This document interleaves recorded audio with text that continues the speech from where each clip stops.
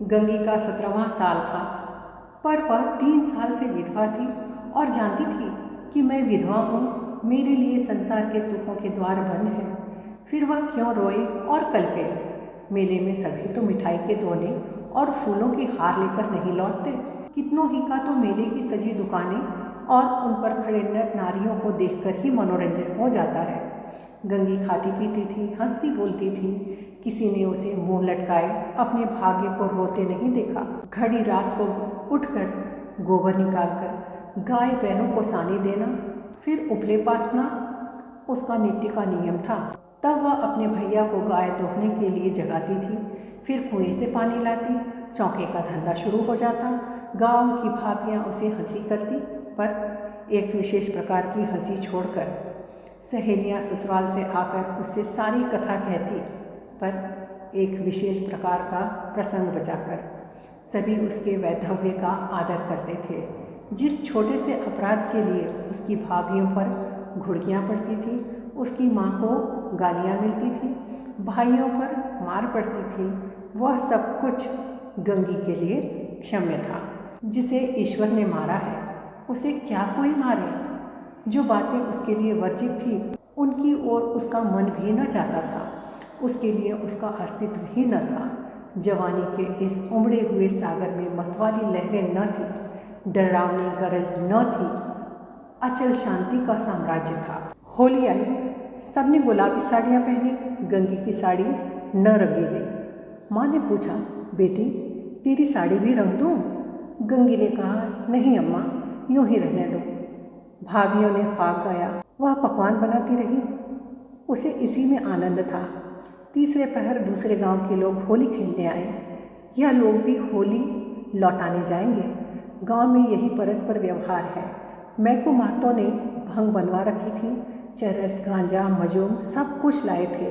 गंगी ने भी भंग पीसी थी, मीठी अलग बनाई थी, नमकीन अलग। उसका भाई पिलाता था, वह हाथ धुलाती थी। जवान सिर नीचा किए पीकर चले जाते। बूढ़े गंगी से पूछ लेते, अच्छी तरह तो हो ना बेटी, या चुहल करते, क्यों री गंगिया, भाभी तुझे खाना देती है कि नहीं, जो इतनी दुबली हो गई है। गंगिया हंसकर रह जाती। देह क्या उसके बस की थी, न जाने क्यों वह मोटी हुई थी। भंग पीने के बाद लोग फाग गाने लगे। गंगिया अपनी चौखट पर खड़ी सुन रही थी। एक जवान ठाकुर गा रहा था। कितना अच्छा स्वर था, कैसा मीठा। गंगिया को बड़ा आनंद आ रहा था। माँ ने उसे कई बार पुकारा, सुन जा। वह न गई, पर एक बार गई भी तो जल्दी से लौट आई। उसका ध्यान उसी गाने पर था। न जाने क्या बात उसे खींच लेती थी, बांध लेती थी। जवान ठाकुर भी बार बार गंगिया की ओर देखता और मस्त होकर गाता। उसके साथ वालों को आश्चर्य हो रहा था, ठाकुर को यह सिद्धि कहाँ से मिल गई। वह लोग विदा हुए तो गंगिया चौखट पर खड़ी थी। जवान ठाकुर ने भी उसकी ओर देखा और चला गया। गंगी ने अपने बापू से पूछा, कौन गाता था दादा? मैको ने कहा, कोठार के बुद्धू सिंह का लड़का है, गरीब सिंह। बुद्धू रीति व्यवहार में आते जाते थे, उनके मरने के बाद अब वही लड़का आने जाने लगा है। गंगी ने कहा, यहाँ तो पहले पहल आया है। मैको ने कहा, हाँ, और तो कभी देखा नहीं। मिजाज बिल्कुल बाप के जैसा है और वैसी ही मीठी बोली। घमंड तो छूकर भी नहीं गया। बुद्धू के बखार में अनाज रखने को जगह न थी, पर चमार को भी देखते तो पहले हाथ उठाते। वही इसका स्वभाव है। गाय ढोर आ रहे थे। गंगी पगैया लेने भीतर चली गई। वही स्वर उसके कानों में गूंज रहा था। कई महीने गुजर गए। एक दिन गंगी गोबर थाप रही थी। सहसा उसने देखा वही ठाकुर सिर झुकाए द्वार से चले जा रहा है। वह गोबर छोड़कर उठ खड़ी हुई। घर में कोई मर्द न था, सब बाहर चले गए थे। यह कहना चाहती थी, ठाकुर बैठो, पानी पीते जाओ, पर उसके मुंह से बात न निकली। उसकी छाती कितने जोर से धड़क रही थी। उसे एक विचित्र घबराहट होने लगी। क्या करे, कैसे उसे रोक ले। गरीब सिंह ने एक बार उसकी ओर ताका और फिर आंखें नीची कर ली। उस दृष्टि में क्या बात थी कि गंगी के रोए खड़े हो गए। वह दौड़ी घर में गई और माँ से बोली, अम्मा, वह ठाकुर जा रहे हैं, गरीब सिंह। माँ ने कहा, किसी काम से आए होंगे, गंगी बाहर गई तो ठाकुर चला गया था। वह फिर गोबर पाथने लगी, पर उपले टूट टूट जाते थे। आप ही आप हाथ बंद हो जाते थे, मगर फिर चौंक कर पाथने लगती, जैसे कहीं दूर से उसके कानों में आवाज़ आ रही हो। वह दृष्टि आंखों के सामने थी। उसमें क्या जादू था, क्या मोहिनी थी। उसने अपनी मूक भाषा में कुछ कहा। गंगी ने भी कुछ सुना। क्या कहा यह वह नहीं जानती, पर वह दृष्टि उसकी आंखों में बसी हुई थी। रात को लेटी तब भी वही दृष्टि सामने थी, स्वप्न में भी वही दृष्टि दिखाई दी। फिर कई महीने गुजर गए। एक दिन संध्या समय मैको द्वार पर बैठे सन काट रहे थे और गंगी बैलों को सानी चला रही थी कि सहसा चिल्ला उठी, दादा दादा ठाकुर। मैको ने सिर उठाया तो द्वार पर गरीब सिंह चला आ रहा था। राम राम हुआ।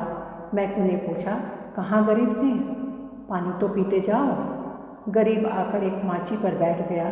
उसका चेहरा उतरा हुआ था, कुछ वह बीमार सा जान पड़ता था। मैको ने कहा, कुछ बीमार थे क्या?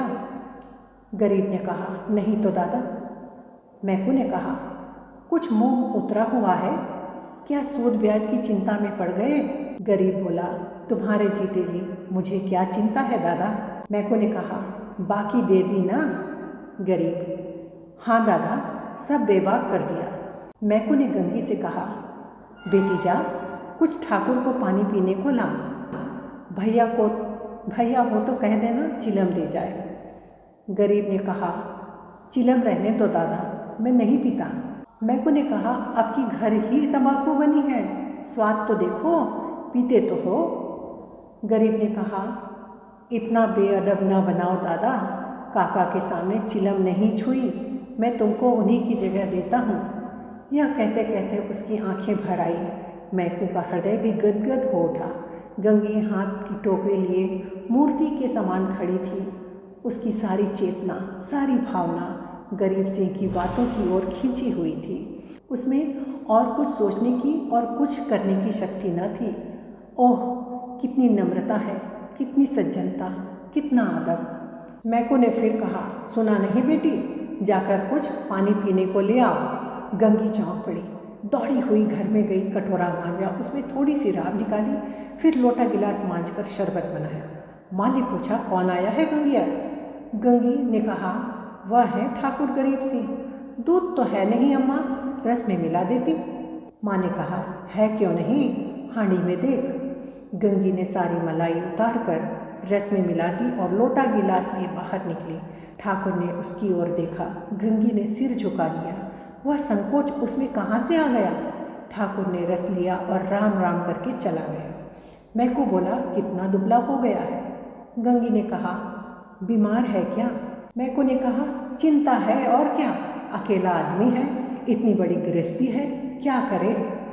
गंगी को रात भर नींद नहीं आई। उन्हें कौन सी चिंता है? दादा से कुछ कहा भी तो नहीं। क्यों इतने सकुचाते हैं? चेहरा कैसा पीला पड़ गया है? सवेरे गंगी ने माँ से कहा, गोबर सिंह अब की बहुत दुबले हो गए हैं अम्मा।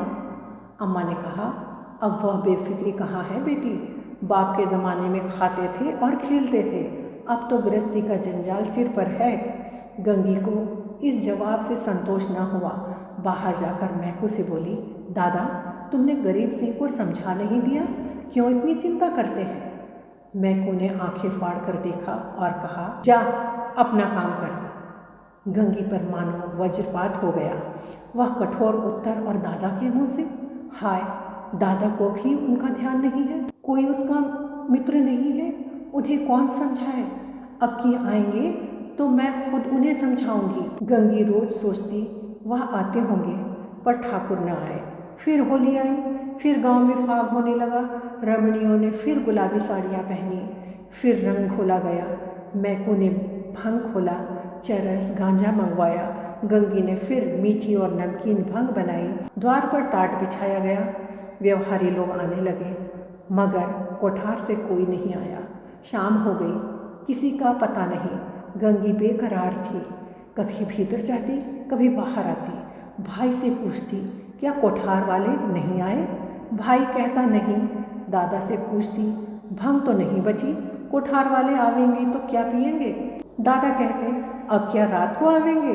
सामने तो गांव है, आते होते तो दिखाई देते। रात हो गई पर गंगी को अभी तक आशा लगी हुई थी। वह मंदिर के ऊपर चढ़ गई और कुठार की ओर निगाह दौड़ाई। कोई न आता दिखाई दिया। सहसा उसे उसी सिवाने की ओर आग दहकती हुई दिखाई दी। देखते देखते ज्वाला प्रचंड हो गई। यह क्या? वहाँ आज होली जल रही है? होली तो कल ही जल गई। कौन जाने वहाँ पंडितों ने आज होली जलाने की शायद बताई हो, तभी तो वे लोग आज नहीं आए, कल आएंगे। उसने घर आकर मैको से कहा, दादा कोठार में तो आज होली जली है। मैको ने कहा, तुत पगली, होली सब जगह कल जल गई। गंगी ने कहा, तुम मानते नहीं हो, मैं मंदिर पर से देख कर आई हूँ, होली जल रही है। न पतियाते हो तो चलो मैं दिखा दूँ। मैको ने कहा, अच्छा चल देखो। मैको ने गंगी के साथ मंदिर की छत पर आकर देखा। 1 मिनट तक देखते रहे, फिर बिना कुछ बोले नीचे उतर आए।